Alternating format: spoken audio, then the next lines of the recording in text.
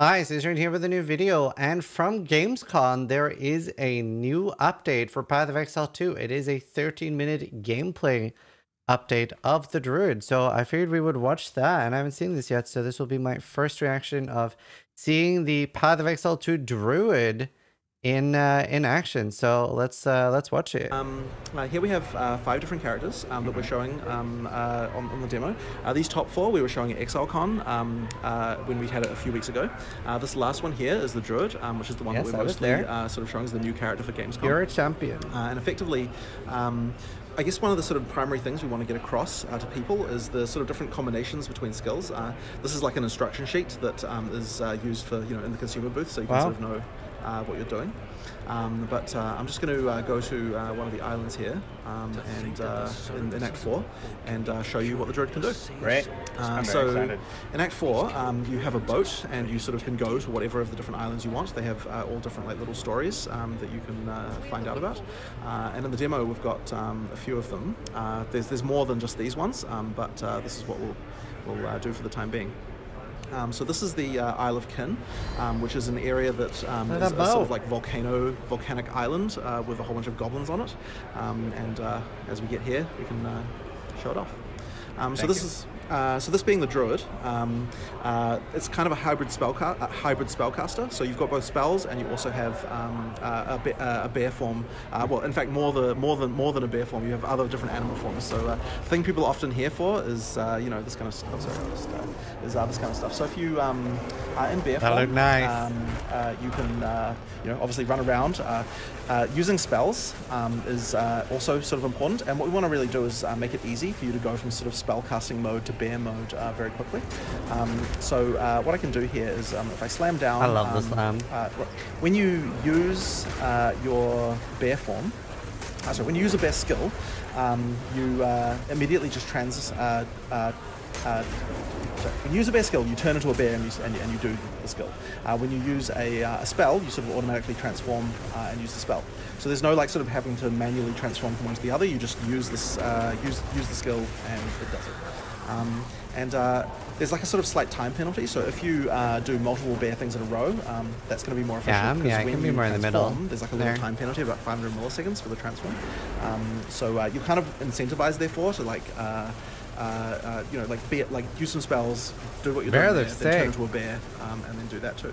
What's happening there when he transforms? Is his material form is just becoming a bloody pulp? Something like that. Yeah, you can also, when you dodge roll, you can instantly transform back into your character. You can even do it mid-transform if you want, so at any time you can just kind of abort what you're doing and do it. And it's really important because in PoE, we really wanted to, PoE 2 that is, we really wanted to make sure that anytime you're feeling threatened, you can always just dodge roll to get out of there, and you're never interrupted from doing that. And just what's the it looks amazing. Especially once we get like decent damage on it. So just hold the button down. I knew that. Yeah. Hold the button down and roll away to your heart's content. There's actually, originally when we made the bear, we made it so that you could dodge roll as a bear. Totally gonna get the a polar animation bear was so skin. fun that we decided to keep it, but just in town. So in town, you can you can do your roll as a bear. Yeah, it was so funny, but we're like, we don't have anything we don't have anything to do with this, so we'll just throw it in town. So, anyway, I am staying perma bear form in town and just rolling. Let's do an abridged version of what I do in that demo room here. So effectively, what we want to make sure, as I said, is that all the skills can be used together. So Thunder bear skin. This slam here causes you to stun enemies, and I've got another skill here that does a roar. And if there's any stun enemies nearby, it gives you what's called an exerted attack down here. And exerted attacks mean that when you do another slam, it gets doubled. So you see here, I got 2 slams out of that. So just to show you that again, it's a slam, and then I do the roar, and then any other skill I use, including this like rampage skill here, which does like a lot of slams. That looks like great. A huge amount of damage. So normally when I cast this, I just get like slam, slam, slam, slam. But if I stun people, get the exert. I'm sorry, wrong button. That with some damage behind it, and get the exert. Then when I'm doing it, it's slam, slam, slam, slam, slam, slam, slam, slam, slam. Like it's doubling a number. And that's also really handy because I have a few other skills I can synergize with. So one of them here is called the volcano. So when you make a volcano, when you slam down, it emits more projectiles every time the slam goes off near it. I always wanted an actual volcano skill that is and of course, based. if I use Rampage and then Rampage around the volcano, I'm getting a lot of slams. And then even more than that, if I do the Exert combo, get the exerted attack, cast a volcano, and then do a Rampage, now I'm getting an absolute crap ton of projectiles, which annihilates bosses very easily. So this kind of thing, that's very cool. We just really want to make sure that you get the feeling that you can use lots of skills, because in PoE 1 it was very common that you just right-click and that was kind of all of your interaction, you know. In PoE 2 we want to make sure that there's a lot more different things going on. I also have some wolves, which I can use, which is useful because the Druid, being a hybrid, is not necessarily the most tanky character ever. Even though you can turn into a bear. We finally get non-undead summons. Still, you're not wearing a suit of armor, you know, like a warrior would be. So you do have to be a bit careful, and so that's where the stunning can be really useful to incorporate as a defensive measure. But also because, things like wolves, also things like tornado, which I don't have on this version of the character because that's in the demo version. This one's designed for the players to play, and normally you get that as a quest reward a little bit later. So I can't quite show you that, but yeah, I've got a tornado skill that will suck monsters in. It's another sort of tactical option on the battlefield that you can be using. Go on. What's happening on your health bar there? It looks like you're building up a shield. What ability is triggering? All intelligence characters, that is to say, any armor you're wearing for intelligence characters has energy shield. So that's just a sort of standard. It's just a thing that you have. So if I don't take damage for a while, then I get Halo style energy shield building up there. Cool. Anyway. Right, so that's like I a few love of that those move. That move is so cool. But I guess another thing that is really nice to have in PoE, you know, this being a game a lot about having interesting interactions, and but also some automation is something that we want to support, just like in PoE 1. So in the inventory here, I've got a gem called Cast While Channeling, and I've got my channeling skill, which is this volcano, where if I hold it down, it like bursts out with more projectiles. And ideally what I'd like to be able to do is reduce the number of skills that I need to be using to kind of pull off the combos that I'm doing, because I want to be able to have my lightning going, I want to have my volcano going, I want to be rampaging around and all that stuff. I want to kind of be able to do that stuff together a bit more easily. So I can open the skill screen here and put Cast While Channeling in here. And when I do that, I'm going to take Lightning Storm and put that in as well. Hang on, let me just get rid of this annoying guy here. And now whenever I'm channeling, I'm able to cast Lightning Storm automatically. So I'm going to enable any that channel buff, here. And now when I use my volcano, I get the Lightning Storm happening automatically. And that makes a little death zone here that's really handy. And then of course once I've got that, I can be I love the slam. Be creating a really nice. I love that every time he slams the volcano, more things come out of the volcano. That's actually such a cool interaction. Doing a thing there. So that's really nice. But we actually have another channeling skill. We actually have another channeling skill on the bear, which is this charge. And it's actually a bit annoying that it triggers the Lightning Storm as well, because I'd rather have my little death zone that I'm trying to do. And so that's why it's kind of useful that in PoE, any buff that you have, you can choose which weapon sets that you want to have that enabled for. So if I turn this off as a bear, I'm going to get my spirit back and disables the buff. And now if I change to a human, the buff goes straight back on automatically, change back to a bear, and it falls back off again. Wow. So any buff you can just choose, like, do I want this to apply? Do I not want this to apply? Nice. And then the spirit that I'm reserving is being consumed or not consumed. Yeah, that helps for clarity when you're like planning out your abilities or attacks. Oh yeah, fishing. So now what I'm going to do is, because I want to automate more things, I'm going to get Cast on Melee Stun. I'm going to put that in here, and then I get the Summon Wolf ability that I have, and I'm going to put Cast on Melee Stun with Summon Wolf. And that means that if I stun enough enemies, I'll be able to cast my Wolf automatically. Which is really nice, because now I don't have to remember to cast my minions all the time. It just kind of happens automatically. And when the wolves first come out, they also do a howl, which causes them to do a crit debuff on monsters. So when I'm going to stun some guys, there wasn't quite enough charge, so I'll set 76% up the top there. There we go. So now I've got a wolf cast automatically. And now as I'm just going through, I'm just getting my wolf summoned without having to do anything. There should be another one there. And then it's especially good to use it on cast while stunning, because